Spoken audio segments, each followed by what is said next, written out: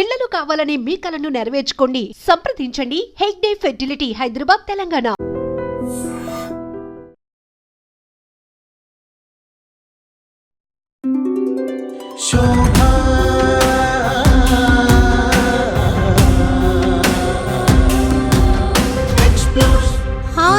Explore only the truth, the two for you all. Shobha explores.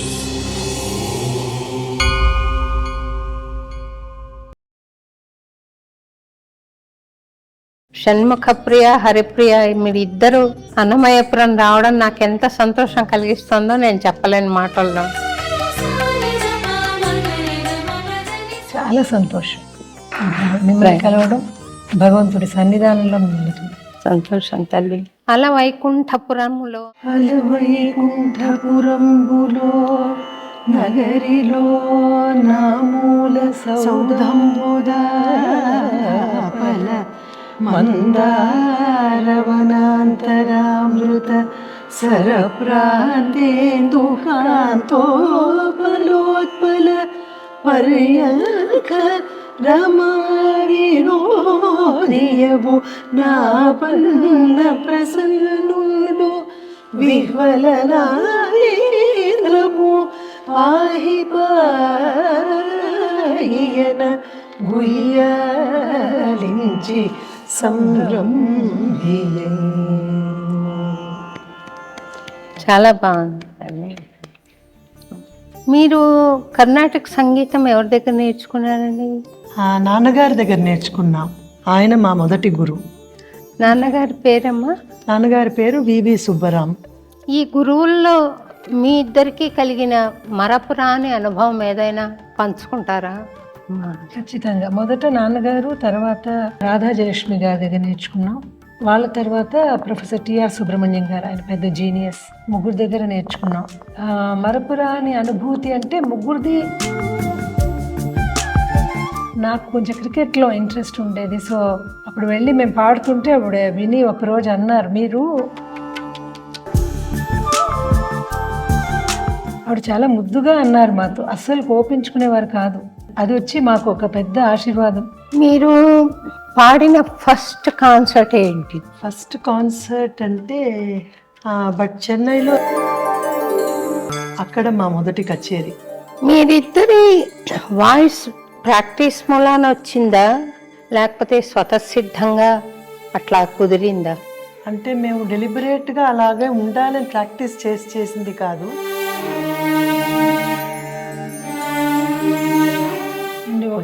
ఒకే తల్లికి పుట్టడం వలన స్వతసిద్ధం కూడా. ఎవరు మీ అమ్మ పోలిక, మీ నాన్న పోలిక ఎవరు? అందరూ చెప్పడం నాన్నగారి పోలిక ఆవిడే, నేను అమ్మలా ఉంటాను. దైవానుగ్రహం ఉంది అని నాకు మీ పట్ల ఒక స్పెషల్ అభిమానం. చేసుకున్న అదృష్టం. త్వరలో మీకు పద్మ అవార్డు రావాలి కోరుకుంటున్నాను. వయసులో పెద్దదాన్నిగా ఆశీర్వాదం కూడా చేస్తున్నాను. మంచి అన్నమాచార్య చరణం ఏదైనా మీరంటే విని క్లోజ్ చేద్దామా ప్రోగ్రామ్ని? తప్పకుండా. వేవేల విధులందు వెరపేరి మరపేరి దైవమునమ్మినయటి ధన్యునికి శ్రీ వెంకటేశ్వరుడు చిత్తములోనున్నవాడు. శ్రీ వెంకటేశ్వరుడు చిత్తములోనున్నవాడు. ఈవలేని ఆవలేని ఇతని దాసునికి తెలిసితే మోక్షము, తెలియకున్న బంధము కలవంటిది బతుకు ఘనునికి. తెలిసితే మోక్షము, తెలియకున్న బంధము.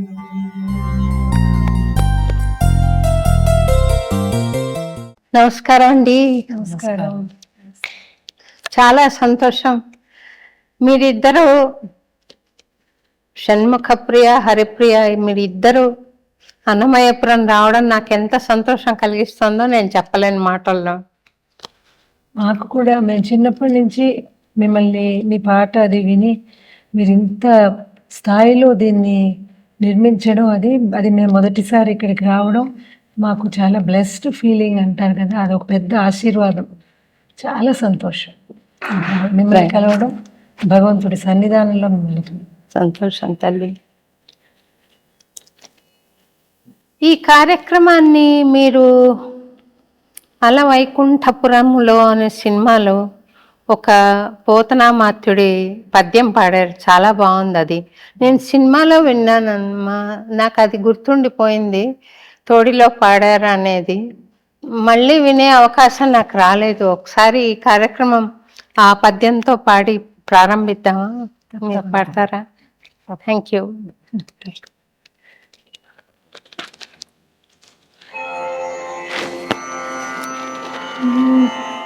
అలవైకుంఠపురంబులో నగరిలో నామూల సౌధంబుదాపల మందారవనాంతరామృత సరప్రాంతేందుకాంతోపలోత్పల పర్యంక రమావినోదియవు నాపన్న ప్రసన్నుడు విహ్వలనాయేంద్రము పాహి పాయన గుయ్యాలించి సంరంభియే. చాలా బాగుంది. ఇట్లా ఆయన ఆయన మ్యూజిక్ డైరెక్టర్ పేరు ఏదో ఉంది, తమన్ గారు మీకు ట్యూన్ చెప్పారా? మీరే ఇది పాడారా? లేదు, ఆయన ట్యూన్ చేశారా? బట్ దాన్ని కొంచెం ఇంప్రూవైజ్ చేసుకుని మమ్మల్ని పాడమన్నారు. చాలా బాగుందమ్మా. మీరు కర్ణాటక సంగీతం ఎవరి దగ్గర నేర్చుకున్నారండి? మేము మొదట మా నాన్నగారి కూడా నాన్నగారి దగ్గర నేర్చుకున్నాం. నాన్నగారు చాలా పాడతారు. ఆయన ఎంఏ మ్యూజిక్ అన్నీ చేసి చాలా మంది పెద్ద పెద్ద గురువుల దగ్గర నేర్చుకున్నారు. ఆయన మా మొదటి గురువు. నాన్నగారి పేరమ్మా? నాన్నగారి పేరు వివి సుబ్బరాం. ఆయన తిరుపతి మ్యూజిక్ కాలేజ్లోనే చేశారు బీమస్ ఎంఎస్ అని. ఏ సంవత్సరంలో తల్లి? 50s ఉండొచ్చు. అప్పట్లో పశుపతి గారు, ఎస్ఆర్జే గారు వాళ్ళు ఉన్నారు. పశుపతి గారు మ్యూజిక్ ప్రిన్సిపాల్గా ఉండగా నేను జూనియర్ ఇంటర్మీడియట్లో చేరాను అక్కడ. మరి అంతకుముందు ఇప్పుడు చాలా సంతోషం తల్లి. మీరు మంచి విద్వత్తు సంపాదించి చక్కగా కాన్సర్ట్స్ చేస్తున్నారు, 10 మందిని సంతోషపెడుతున్నారు. మీరు కూడా భగవంతుడి కైంకర్యం చేస్తున్నారు. చాలా సంతోషించవలసిన విషయం ఇది. అయితే మీరు ఇంతమంది గురువుల దగ్గర నేర్చుకున్నాము అని అంటున్నారు. ఈ గురువుల్లో మీ ఇద్దరికీ కలిగిన మరపురాని అనుభవం ఏదైనా పంచుకుంటారా? ఖచ్చితంగా. మొదట నాన్నగారు, తర్వాత చెన్నైకి మమ్మల్ని తీసుకెళ్ళి అక్కడ ఉంచి అమ్మగారితో చెన్నైలో ఒక ఇల్లు తీసుకుని అక్కడ రాధా జయలక్ష్మి గారి దగ్గర నేర్చుకున్నాం. వాళ్ళ తర్వాత ప్రొఫెసర్ టిఆర్ సుబ్రహ్మణ్యం గారు, ఆయన పెద్ద జీనియస్. ఆయన ఎవరండి? ప్రొఫెసర్ టిఆర్ సుబ్రహ్మణ్యం గారు. పల్లవిలో ఇది మామూలుగానే అసలు అన్ని కర్ణాటక సంగీతంలో చాలా పెద్ద ముగ్గురు దగ్గర నేర్చుకున్నాం. మరపురాని అనుభూతి అంటే ముగ్గురిది 3 రకాలైన టీచింగ్ మెథడ్స్ అని చెప్పచ్చు. ఒక సంఘటన ఏదైనా? సంఘటన తప్పకుండా. రాధాజలక్ష్మి గారితో అంటే మేము చాలా చిన్నపిల్లలు, ఇప్పుడు 12 ఏళ్ళు 13 ఏళ్ళు. వాళ్ళేమో చాలా సీనియర్ విద్వాంసులు. వాళ్ళు మనకు చెప్పేయడమే గొప్ప. మామూలుగా ఏం చేసేవాళ్ళు అంటే ఇంట్రెస్ట్, తను చాలా సిన్సియర్గా వాళ్ళు చెప్పేదాన్ని ప్లాన్ చేసుకుని నెక్స్ట్ క్లాస్కి వెళ్ళడం జరిగేది. నాకు కొంచెం క్రికెట్లో ఇంట్రెస్ట్ ఉండేది. సో ఇది మేనేజ్ చేసేటప్పుడు నేను కొంచెం పాడొచ్చు, విన్నాను కదా క్లాస్లో పాడుతానన్న ఇదిలో వెళ్ళేవాళ్ళు.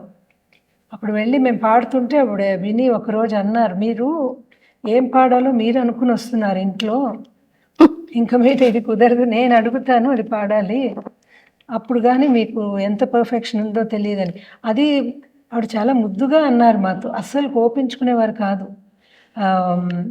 అదొకటి. తర్వాత రాగాలాపన కొంచెం మమ్మల్ని అందులోకి తీసుకెళ్ళినప్పుడు తోడి అది చెప్పేటప్పుడు పైకాల సంగతులు బ్రిగాస్ అంటారు వాళ్ళ జిఎన్పి స్కూల్ ఆఫ్ మ్యూజిక్లో, అది పాడమన్నప్పుడు పాడితే ఆవిడది ఒకే ఎక్స్ప్రెషన్ ఉండేది, బాగా పాడితే అది అనేవారు, అది అన్నట్టు అది వచ్చి మాకు ఒక పెద్ద ఆశీర్వాదం. అది 2-3 సార్లు ఆ తోడిలో అన్నారు అని. బ్రిగా పాడితే ఇంకా నెక్స్ట్ లెవెల్ ఆవిడ పాడారనమాట. అది కూడా పాడితే ఆవిడ ఎంత ఆనందించారు. అది ఆ రెండోది చాలా నిలిచిపోయింది మనసులో. టిఆర్ సుబ్రహ్మణ్యం గారి దగ్గర ఆయన ఒక ఎన్సైక్లోపీడియా అని చెప్పాలి. ఎవ్రీ క్లాస్ మాకు ఒక ఎక్స్పీరియన్స్గా ఉండేది. ఆయన ఒక గురువు, మేము శిష్యులు అన్న ఒక ఫీలింగ్ ఆయనకి ఎప్పుడు ఉండేది కాదు. ఆయన ఎప్పుడు చెప్పినా మనం అందరం కలిసి నేర్చుకుందాం అనేవారు.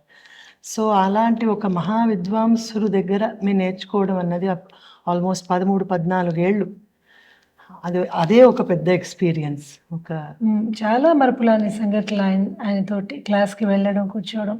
ఇప్పుడు ఒక కచేరీకి ఆయన వస్తారని మాకు తెలియదు, వచ్చారు. అది ఆడిటోరియం మొత్తం ఫుల్ అయిపోయి బయట జనం ఉన్నారు. నెక్స్ట్ డే చెప్పారు, నేను వచ్చాను, బయట నించుని కాసేపు విని వచ్చేసాను, స్థలం లేదు అని. మేము అయ్యో మీరు వచ్చారంటే ఎవరైనా సరే, సభల వాళ్ళైనా సరే ఫస్ట్ మిమ్మల్ని కదా కూర్చోబెడతారు. ఇలా లేదు, నాకు ఆనందంగా ఉండింది, మీకు ఇంత జనం వచ్చారు అని నాకు బయట నుంచి విన్నాను అని చెప్పింది. అలాంటివి కొన్ని కొంచెం బాధ కలిగించిన, బట్ ఆయన సంతోషిస్తున్నారు మన గ్రోత్లో అన్నది ఒక పెద్ద, ఆయన ఏమంటారు, మెగ్నానిమిటీ, గొప్పతనం, ఆయన పెద్దరికం. మీరు కచేరీలు చాలా చోట్ల చేస్తూ వచ్చారు కదమ్మా. ఆ కచేరీలు చేసిన అనుభవాల్లో మరపురాని అనుభవం ఏదైనా ఒకటి చెప్తారా? ఎన్నో ఉంటాయి, ఒకటి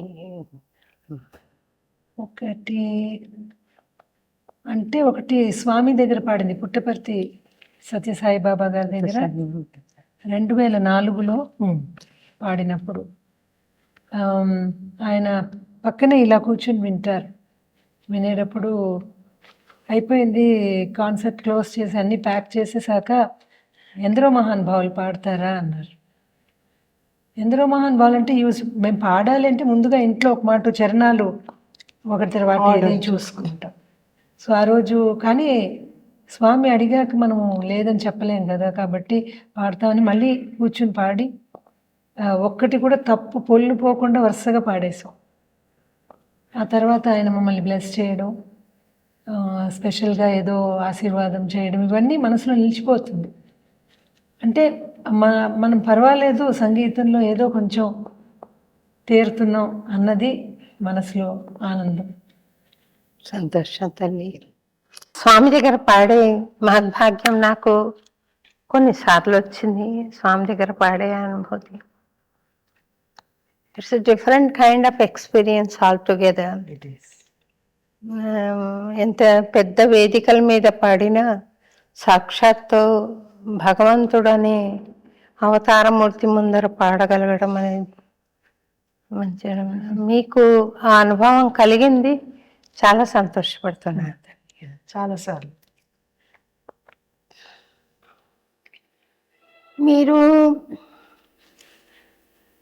పాడిన ఫస్ట్ కాన్సర్ట్ ఏంటి? ఫస్ట్ కాన్సర్ట్ అంటే professional concert I mean. Yes, అది it was a very short concert. But చెన్నైలో రాఘవేంద్ర స్వామి టెంపుల్ ఒకటి ఉంది ట్రిప్లికేన్లో, అక్కడ మా మొదటి కచేరీ, ప్రొఫెషనల్ లెవెల్లో కచేరీ. అదొక it was for about ½ an hour or 40 minutes. అది మా first concert. What was your experience then? Experience అంటే మాకు ఎప్పుడు కానీ ఒక భయం అన్నది, నర్వస్నెస్ అన్నది ఎప్పుడూ లేదు.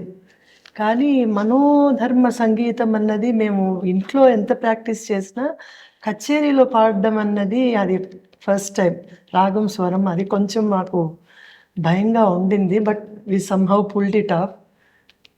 ఆ తర్వాత ఒక 4 ఏళ్ల తర్వాత మేజర్గా కచేరీ అన్నది 1989లో అది కూడా ఏదో ఒక పెళ్లి కచేరీ, కానీ చెన్నైలో పెళ్లి కచేరీ సభా కచేరీ లాగే ఉంటుంది. మాకు ఫస్ట్ ఆ కచేరీకే మధురై సోమసుందరం గారు, మధురై సోము అంటాం, ఆయన ఉన్నారు. చాలా దిగ్గజులు వచ్చి కూర్చున్నారు. బట్ మాకు అది భయం అన్నది లేదు, అలానే ఓవర్ కాన్ఫిడెన్స్ లేదు. అనుకున్నది జాగ్రత్తగా పాడగలిగే ఒక దేవుడి బలం ఉంటుంది, దేవుడి దయ ఉంటుంది అని ఒక దేవుడి మీద భారం వేసి పాడాం. దాంతో స్టార్ట్ ఇంకా అలా కంటిన్యూ అయింది. మధురమలై మామణి అని పాడారు ఆయన, మధుర సోము. మీకు ఆ పాట వచ్చా? వినడమే కానీ రాదు అసలు మాకు. మీరిద్దరి వాయిస్ పర్ఫెక్ట్ బ్లెండ్ అవుతుంది, చాలా ఒకే కంఠంలాగా వినపడేంత.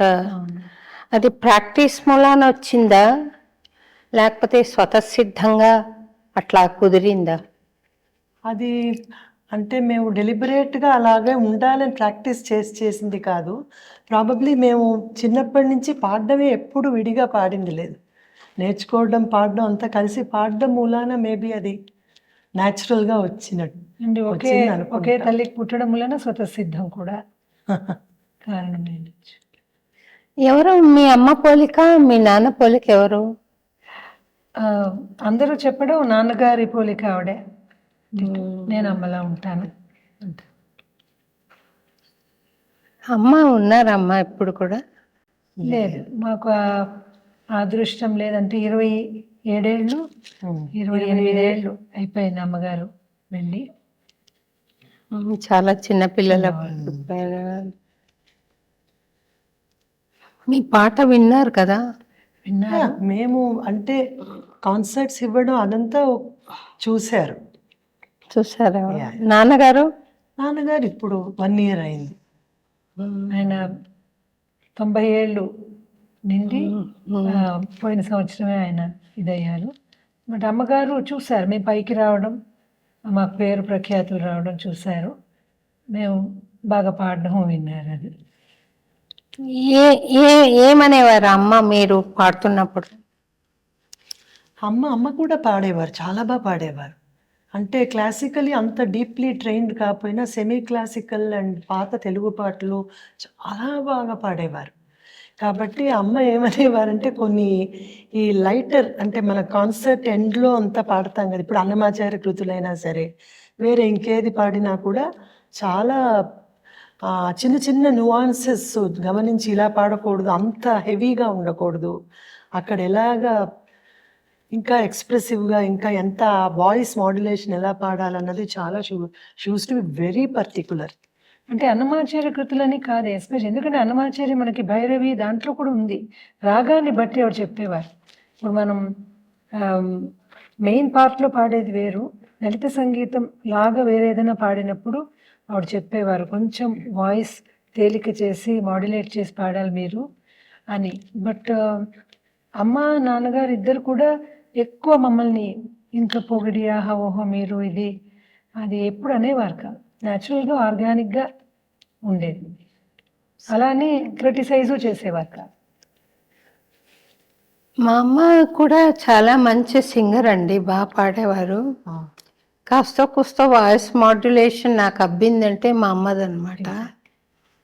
తర్వాత తను నా కాన్సర్ట్లో వచ్చి కూర్చుందంటే ఎందుకో ధారధారగా ఏడుస్తూ ఉండేది. చాలా ఎందుకమ్మా ఏడుస్తావు అని అంటే నాకు సంతోషం అయిపోతుంది నాన్న అనేది. అట్లాంటి అనుభూతి మీ మదర్ కూడా కలిగి ఉంటుంది? మా అమ్మకి కన్నా మా అమ్మమ్మకి కలిగింది అనుభూతి. ఆవిడ ఇప్పుడు పాడేవారు, ఆవిడ చాలా ఇంట్రెస్ట్ పాటలో. ఆవిడ ఇక్కడ హైదరాబాద్లో మేము కీస్ హై స్కూల్లో 91లో 92లో పాడినప్పుడు ఆవిడ వచ్చారు. అప్పటికే 80 ఏళ్ళు నిండింది. ఆవిడకి అనుభూతి అలాగా నాకు సంతోషం పట్టలేక, అంటే ఆవిడే నేర్చుకుని కర్ణాటక సంగీతం కచేరీ చేయాలన్న ఆవిడ కళ 2 జనరేషన్స్ పట్టింది నెరవేరడానికి. నా మనవలు పాడుతున్నారని చాలా ఆనందం. ఆవిడ అలాగా మా ఇద్దరికి పేర్లు పెట్టిందే ఆవిడే, పెట్టారు. షణ్ముఖప్రియ, హరిప్రియ అని. ఒకసారి నాకు ఇట్లా ఫస్ట్ ప్రైజ్ వచ్చిందమ్మా కాంపిటీషన్లో అని వచ్చి అమ్మకి చెప్తే ఇంకెవరు పాడలేదా అట్లా వాళ్ళు ఎక్కువగా పొగడకపోవడమే మంచిదేమో. అవును, మనకి పిన్ పాయింట్ చేయడం, ఇక్కడ నువ్వు ఇట్లా పాడితే బాగుంటుందని చెప్పడమే బాగుంటుందేమో అనిపిస్తుంది. సంతోషం తల్లి, you have a wonderful background. మీరు సినిమాలు చూస్తుంటారా? చూస్తాం. What is the recent movie you have seen? Movie థియేటర్కి వెళ్ళి చూసామంటే అలవైకుంఠపురంలో చూసాం. మేము పాడేమని వెళ్ళి చూసాం. యాక్చువల్లీ ఇంట్లో చూడడం అంటే ఇది దుపహియా లాంటిది ఏదో ఇప్పుడు వెబ్ సిరీస్ వస్తుంది కదా ఓటీటీలో, హిందీలో ఏదో దుపహియా అని వస్తే చూసాం. తర్వాత తెలుగులో ఈ మధ్య చూసిన రీసెంట్ ఓటీటీలో చూసిన మూవీ అఖండ. అఖండ నచ్చిందా? నచ్చింది. నేను చూడలేదు అఖండ. అంటే మీకు ఏమైనా ఐడియా ఉండిందండి ఇట్లా ప్లేబ్యాక్ చేయాలి అని ఐడియా ఉండిందా? అది అనుకోకుండా వచ్చిన అవకాశమా? ప్లేబ్యాక్ పాడాలని మాకేమీ అంత ఐడియా లేదు. అది వాళ్ళు రిక్వెస్ట్ చేశారు, ఇది మీరు పాడగలుగుతారా అని. డెఫినెట్లీ ఇది కూడా పంపించారు మాకు, వి లైక్డ్ ఇట్. సో అది పాడడం జరిగింది. నాకు ఫిలిం మీడియా చాలా ఇష్టం అండి, కానీ అందులో చూపించే ఈ చెత్త అంతా నేను భరించలేను. Cinema as a media I like it very much. దాని ద్వారా ఏదైనా మంచి చెప్పాలనుకుంటే చెప్పచ్చు. చాలా హత్తుకుంటుంది కూడా గుండెలకి. ఏమో మరి ఎట్లా అయిపోయాయి. అవును, బట్ సెలెక్ట్ మూవీసే మేము చూస్తాం. అంటే ప్రతి సినిమా చూడాలి అన్నది కె విశ్వనాథ్ గారితో ఆగిపోయింది మాకు. ఆ తర్వాత మంచి మత్స్య తునకలు లాంటివి ఏదైనా వస్తే తప్పకుండా చూస్తాం. బట్ విశ్వనాథ్ గారి సినిమాలంటే వదలకుండా 2-3 సార్లు, ఎన్నిసార్లు. మేము చిత్తూరులో ఉండేవాళ్ళం చిన్నప్పుడు కాబట్టి. ఫస్ట్ ఎల్పి నాది అన్నమయ్య కథ అని విశ్వనాథ్ గారు రిలీజ్ చేశారనమాట. నేను కోరాను ఆయన వచ్చి రిలీజ్ చేయాలని. అప్పుడు నడుస్తుంది 80లో అన్నమాచార్య ప్రాజెక్ట్ దగ్గరే శంకరాభరణం ఆడుతూ ఉండేది. నాకు ఎప్పుడు 15 minutes, ½ an hour దొరికితే వెళ్ళి కూర్చునేదాన్ని అక్కడ. చాలా రోజులు ఆడింది, 100 రోజుల పైన నడిచింది అది. ఇన్ఫాక్ట్ మొదటిసారి మేము మీ పాట విన్నది కూడా, మేము తిరుపతి డాన్స్ నేర్చుకోవడానికి కోసం అక్కడ కాంచనమాల గారు అని లెక్చరర్గా ఉండేవారు కాలేజ్లో. ఆవిడ దగ్గరికి వెళ్తూ ఉండేవాళ్ళం. కాంచనమాల గారు డాన్స్ మా లెక్చరర్ ఆవిడ. సో అప్పుడు ఆవిడతో పాటు ఏదో సినిమా చూడడానికి థియేటర్కి వెళ్తే అక్కడ ఈ బ్రేక్ టైంలో, ఇంటర్వెల్ టైంలో మీ పాటలు వేసేవారు. That was our first exposure to Annamacharya kritis. And I was so thrilled to hear my compositions in your voice. Thank you. Radha Madhava ఒకటి, తెలిసితే మోక్షము ఒకటి, శ్రావణ బహుళాష్టమి, ఈ మూడు విన్నాను. ఇంకేమైనా పాడారా? చాలా పాడాను. తిరుమల గిరిరాయ తిరుమల గిరిరాయ, తర్వాత గాలినే పోయా, గాలిని, హరియే ఎరుగును, అది ఆవిడకి చాలా దాహరిన. చాలా తర్వాత ఒక్కసారి పల్లవి అంటారా? చాలా దారిన, గోవిందాశ్రిత. గోవిందాశ్రిత ఇవన్నీ అందరూ చాలా ఇష్టపడేవి తమిళనాడులో మేము పాడుతుంటే.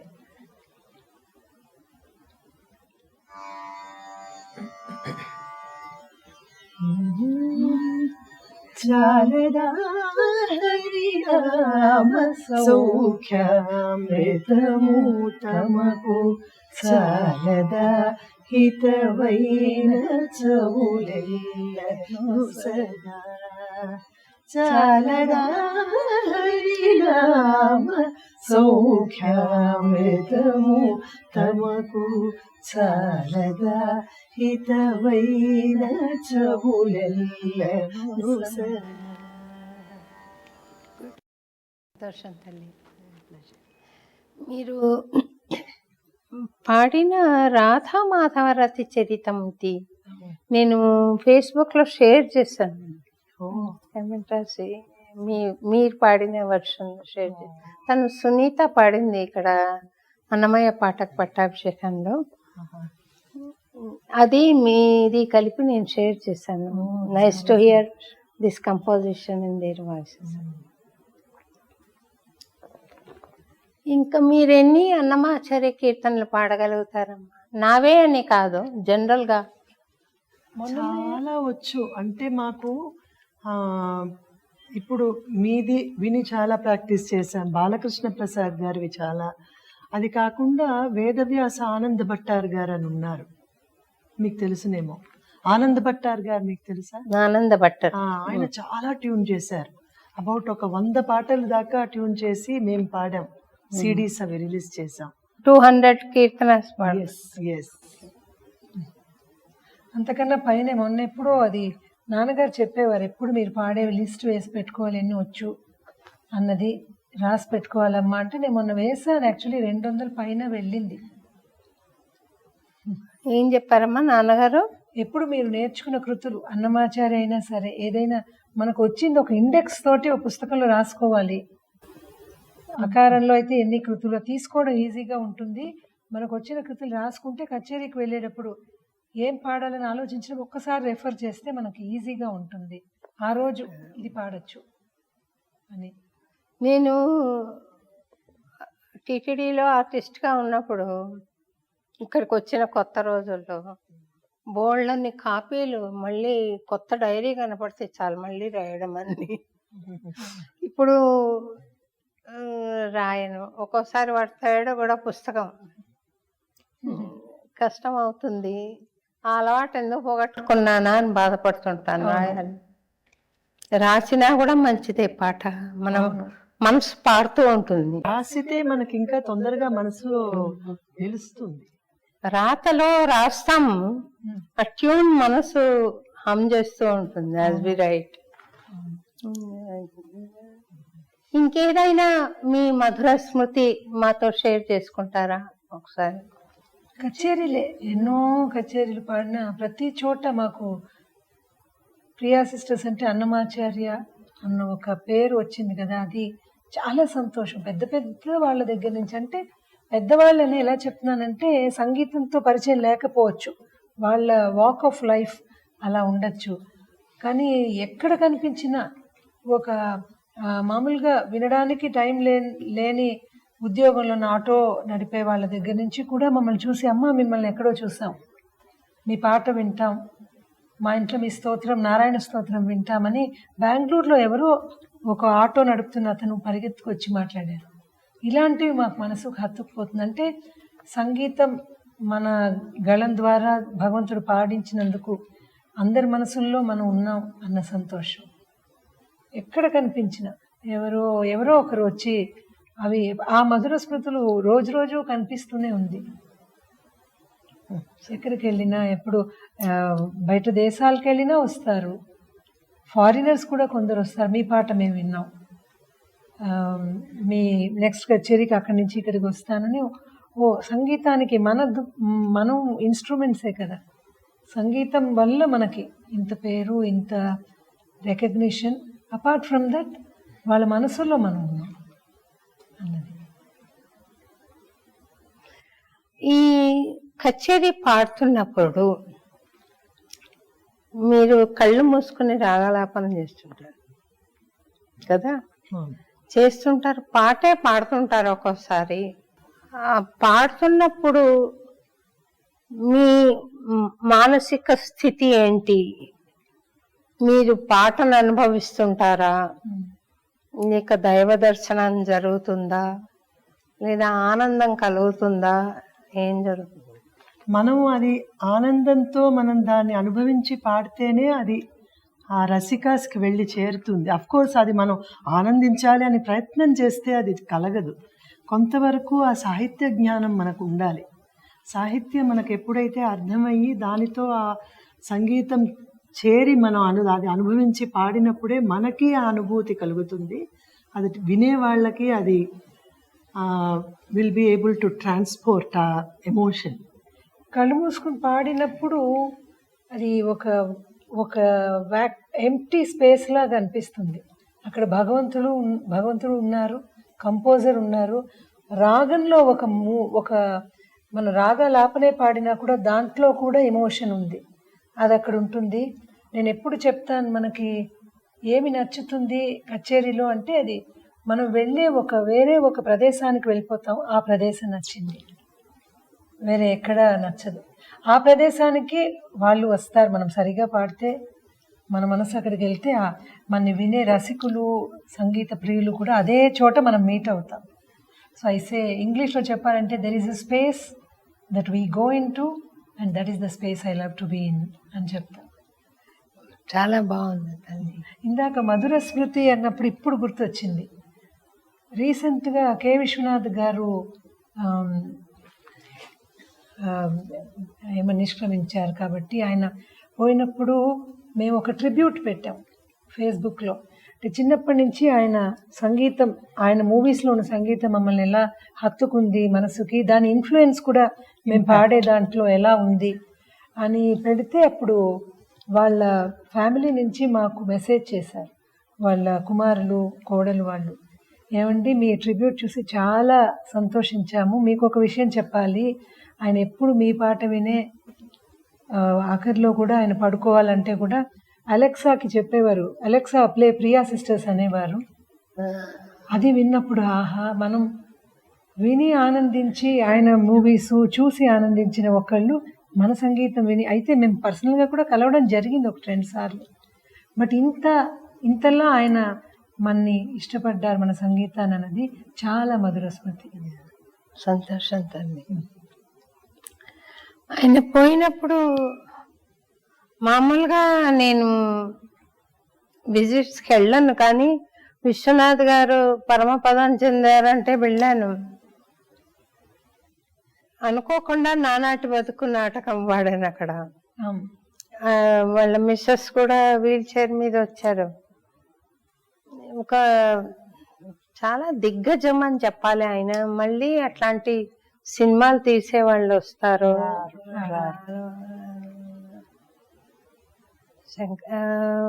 ఆ సినిమా పట్ల అప్రిసియేషన్తో మంజు భార్గవి గారిని ఇంటర్వ్యూ చేశాను ఇలాగే. ఈ మధ్య అంటే ఒక 6 months పైన అయిపోయింది. మీ సంగీతం మీకు ఆధ్యాత్మికంగా గ్రో అవ్వడానికి హెల్ప్ చేస్తుంది అని తెలుస్తోంది. అయితే అంటే భగవత్ స్వరూపం, నిజ స్వరూపం ఏంటి, అది ఒక విగ్రహం మట్టుకే కాదు, మనం పూలతో అర్చన చేయడమే మాత్రమే కాదు, అగరబత్తులు వెలిగించడమే కాదు, ఒక స్థితిని మ్యూజిక్ ద్వారా చేరుకోగలుగుతున్నాము అని అంటే అది that artist is blessed by God. Unless Swami సంకల్పిస్తే కానీ అటువంటి సంగీతం రాదు, అటువంటి స్థితి రాదు. సంగీతం వచ్చినా అటువంటి స్థితి రాదు. దానికి ఇప్పుడు లతా మంగేష్కర్ గారు ఉన్నారు. ఆమె ఏదో ఒక దుఃఖం పాట పాడినా, ఒక ప్రేమ పాట పాడినా భగవద్ దర్శనమే ఉంటుంది నాకైతే. ఐ డోంట్ నో ఎందుకు అలా కలుగుతుంది. ఆమె డిఫరెంట్ ఎమోషన్ లో పాడుతున్నా కూడా అంటే I have no answer. P Susheela గారు కొన్ని పాటలు అలాగే పాడారు.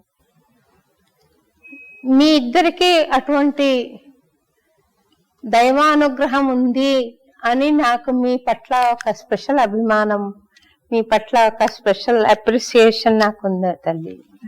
నేను చేసుకున్న అదృష్టం భగవంతుడు. ఇంకా ఇంకేం చెప్తారు? నేను అడగడం కన్నా మీరు చెప్పినవి బాగున్నాయి. సంగీతం వల్ల ఏమవుతుందంటే బాగా మీరు చెప్పారు కదా, పూల అర్చన, పూజ, రిచువల్స్ మీరి ఒక అమితమైన ప్రేమ వచ్చేస్తుంది భగవంతుడి మీద. నేను ఎప్పుడు చెప్తా, భక్తి అన్నది ప్రేమే, అమితమైన ప్రేమ. మనకు ఎప్పుడైతే ఎక్కువ ప్రేమ వెళ్ళిపోతుందో వాళ్ళని మనం ఎప్పుడూ హర్ట్ చేయలేము, వాళ్ళని డిస్రెస్పెక్ట్ చేయలేము, మనుషులైనా సరే.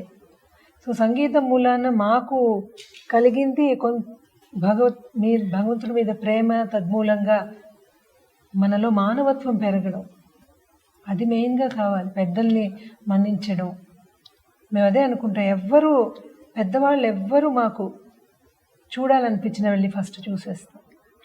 పెద్దవాళ్ళు అంటే వయస్సు ఎక్కువైన వాళ్ళు, ఎందుకంటే అది మనకి దొరకదు మళ్ళీ ఆ ఎక్స్పీరియన్స్, వాళ్ళని చూడడం.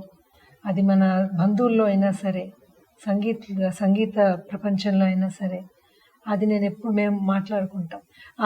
మాకు అది దొరకడం మాకు అదృష్టం, ఇంత చాలు అనిపిస్తుంది. భగవంతుడి మీద ప్రేమ, మనుషుల మీద ప్రేమ, పెద్దలందు ఎవరైనా మనుషులు ఎవరైనా సరే వాళ్ళ మీద ఒక మర్యాద, ఇది సంగీతం మాకు ఇచ్చింది. సంగీతం ద్వారా మేము అది తెలుసుకున్నాం. చాలా సంతోషం తల్లి. కాకపోతే నాకు ఒక ప్రశ్న ఉంది. చెప్పండి. అందరి మ్యూజిషియన్స్ లో ఇవే గుణాలు ఉంటాయంటారా? చెప్పలేము. సారీ టు ఆస్క్, కార్నర్ మనకి మ్యూజిక్ ద్వారా మనము కచేరీలు ఫేమ్, అది చిన్నప్పుడు ఫస్ట్ రాగానే అదే చెప్తాను, చాలా జర్నీ ఉంటుంది ఒక మ్యూజిషియన్కి. ఫస్ట్ సింగర్గా వస్తాం అంటే బాగా పాడాలి. అప్పుడు ఏముంటుంది, ఎన్ని చోట్ల పాడుతున్నాం, ఎంత జనం వస్తున్నారు, మనకి ఎంత పేరు వస్తుంది అన్నది. తర్వాత మ్యూజిషియన్గా మారుతారు. మ్యూజిషియన్ అంటే మనము ఇంకా నాలెడ్జ్ ఎక్వైర్ చేసుకుని, చాలా దాంట్లో ప్రావీణ్యత, ఎంత తెలుసుకోవాలి అని తెలుసుకుని ఇంకా కొంచెం మన పాటలో మెరుగు చెందడం. ఆ తర్వాత ఆర్టిస్ట్గా మారడం. ఆర్టిస్ట్ అయినప్పుడు నేను చెప్పిన ఆ స్పేస్లోకి వెళ్ళి మనం చూడగలడం జరుగుతుంది. మనకి ఏది పాడాలంటే అది పాడడం, ఎక్కడ పాడాలంటే అక్కడే, మన మనసుకు తృప్తి ఇచ్చే చోట పాడడం. దానికి వేరే ఈ మెటీరియల్ థింగ్స్ మ్యాటర్ చేయకూడదు. అది ఒకటి. సంగీతానికి ఎక్కడ మర్యాద ఉందో అక్కడ వెళ్ళి పాడడం, అది ఆర్టిస్ట్కి కలిగేది. ఆ జర్నీ ఒక్కొక్కరికి వేరేలా ఉంటుంది. ఇప్పుడు మనకి అవార్డ్సే కావాలి అన్నది మన గోల్ అయితే, మన పర్సనాలిటీ వేరుగా ఉంటుంది. అండ్ ప్లస్ పుట్టుకతో వచ్చిన కొన్ని గుణాలు దీంతో ఎలాగ ఇదవుతుంది, చాలా విషయాలు. అంటే as you March towards divinity through music, దారిలో మీకు అవార్డ్స్, రివార్డ్స్ ఎన్నో రావచ్చు.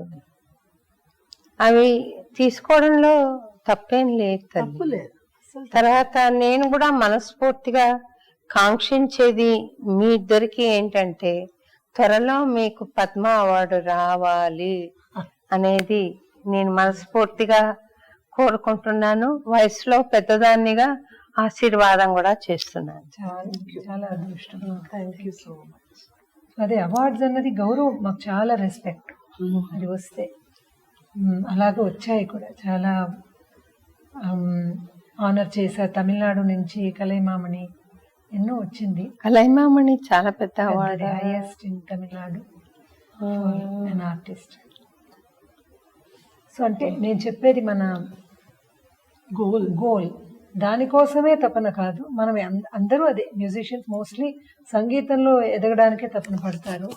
తద్వారా వచ్చే బిరుదులు అవి తానుగా వస్తాయి. మీరు ఈ దేవదేవం భజే, వందేహం జగద్వల్లభం దుర్లభం, ఇలాంటివి మీరు పాడతారా? దేవదేవ భజ ఈ మధ్య ఎవరి కోసమో రికార్డ్ చేయాలని నేర్చుకుని పాడాము. వందేహం మా పాఠం లేదు. హంసధ్వని మాకది అవన్నీ నేను ఒక 65-70 పాటలు పివిఆర్కే ప్రసాద్ గారు చెప్తే పాడి వాటిని ఎంఎస్ అమ్మకి పంపించాము. ఆమె రికార్డ్స్ చేస్తారనంటే ఆవిడ నానాటి బతుకు నాటకము పాట విని కంట తడి పెట్టుకుంది అని విని నేను ఆశ్చర్యపోయానమ్మో నేనంతా పాడతానా అని. ఆమె తిరుపతికి వచ్చినప్పుడు పివిఆర్కే ప్రసాద్ గారికి చెప్పి శోభన్ నేను చూడాలి అని అంటే నేను వెళ్ళాము, నేను మా నాన్నగారు వెళ్ళాము. ఆమె సదాశివం గారు లోపల నుండి వస్తే ఇవరదా ఏదో హర్వన్లో చెప్పింది, అబ్బా నానాటి బతుకు నాటకం పాడారు కదా.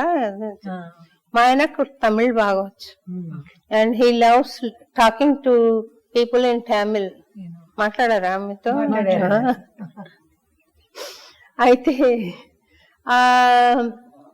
ఆమె ఎవరికి ఇవ్వరంట అటువంటి అవకాశము. ఏం చెప్పారంటే మేము అన్నమాచార్య ఆరాధనకు పిలిచాం వారిని. ఆమె వచ్చి నువ్వు ఈ నానాటి బతుకు నాటకం నాతో పాటు కూర్చుని పాడతావా అని. ఇప్పుడైతే కనీసం ఆవిడతో పాటు కూర్చోవడానికి ఒక పిక్చర్ వస్తుందని పాడేదాన్ని. అప్పుడు నాకు పూర్తిగా ఏం తెలియదు, ఐ వాజ్ హార్డ్లీ 20. నాకు అడిగితే నా పిచ్ చాలా ఎక్కువ ఉంటుందండి, నేను మీ శృతిలో పాడలేనని చెప్పాను. ఇప్పటికీ రిపెంట్ అవుతాను ఆ మాట చెప్పినందుకు. ఎందుకు అట్లా చెప్పాను లోకం తెలియని తనమ్మా అని. మహా విద్వాంసురాలు కదా. చాలా కీర్తనలు 70 పాటలు పాడి పంపించి, అందులో ఈ వందేహం జగత్ వల్లభం దుర్లభం నేదునూరి మాస్టర్ గారు నేర్పాను. దేవదేవం భజే, తర్వాత జయ జయ రామ సమర విజయ రామ, పశుపతి మాస్టర్ గారి దగ్గర మంజుడై పొట్టి, మనుజుని సేవించి, నానాటి బతుకు నాటకం, ఇవన్నీ పాడి చాలా పంపించారు. కొన్ని యథాతథంగా తీసుకున్నారు. అఫ్ కోర్స్ ఆవిడ గాత్ర ధర్మానికి మార్చుకున్నారు ఆ పాటలు. తర్వాత కొన్ని కడెనల్లూరు వెంకటరామన్ గారు ఆవిడతో ఉంటారు, ఆమె కొంచెం ఆల్టర్ చేశారు కొన్ని. నాకు గొంతు సరిగా లేదు.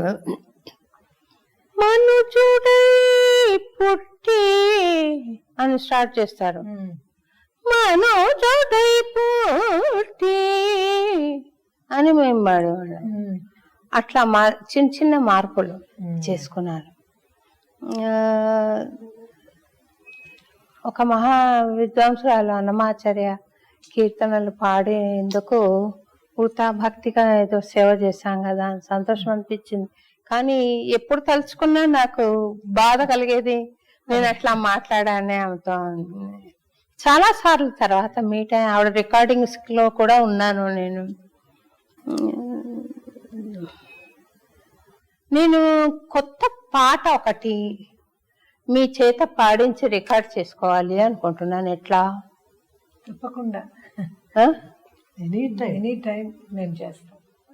మీరు మళ్ళీ హైదరాబాద్ వచ్చినప్పుడు నాకు తెలియజేస్తే ముందుగా ఒక రికార్డింగ్ స్కెడ్యూల్ చేసి నేను రికార్డ్ చేసుకుంటాను ఒక పాట. తర్వాత మిమ్మల్ని అడగాలనుకున్న ఇంకో ప్రశ్న, ఆర్ యు అవేర్ దట్ కలియుగం ఈజ్ గోయింగ్ టు ఎండ్? వస్తూ ఉంటుంది అంటున్నారు అనే, లేకపోతే మీకు తెలుసా? తెలీదు అంటున్నారు.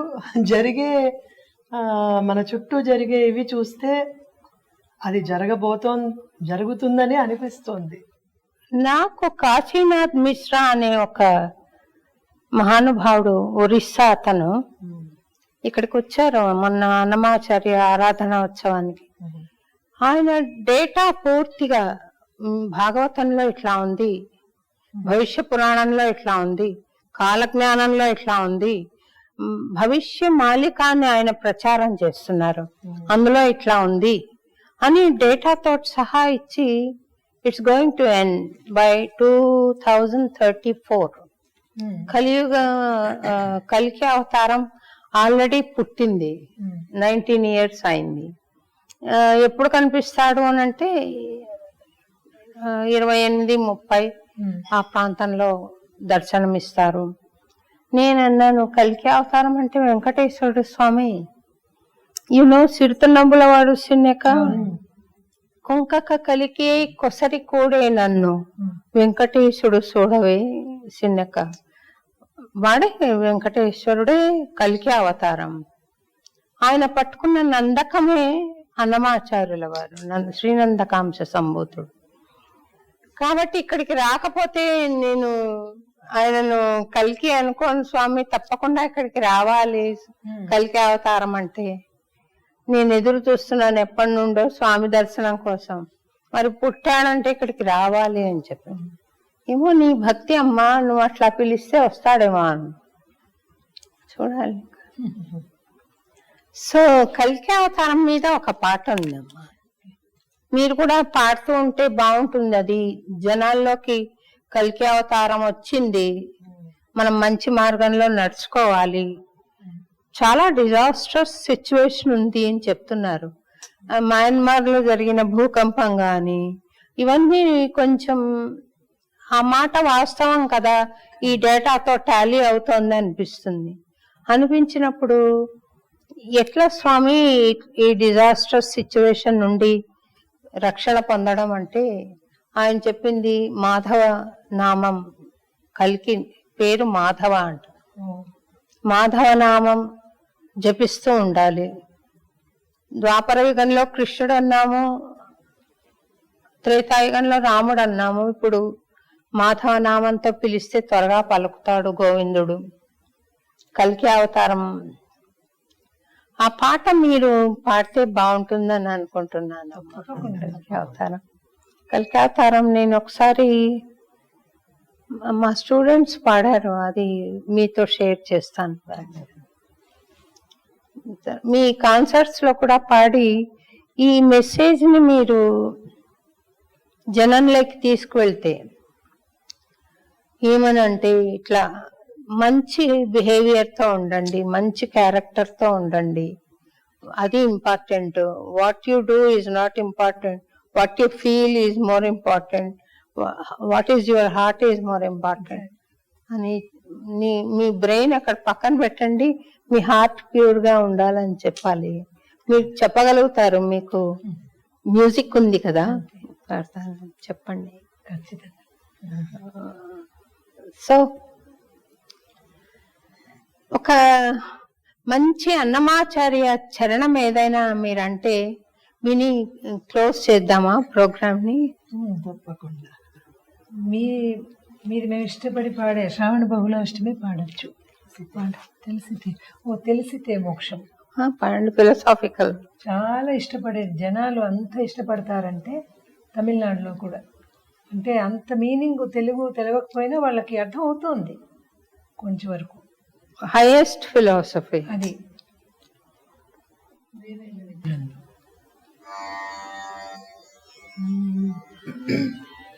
వేవేల విధులందు వెరపేరి మరపేరి దైవమునమ్మినయటి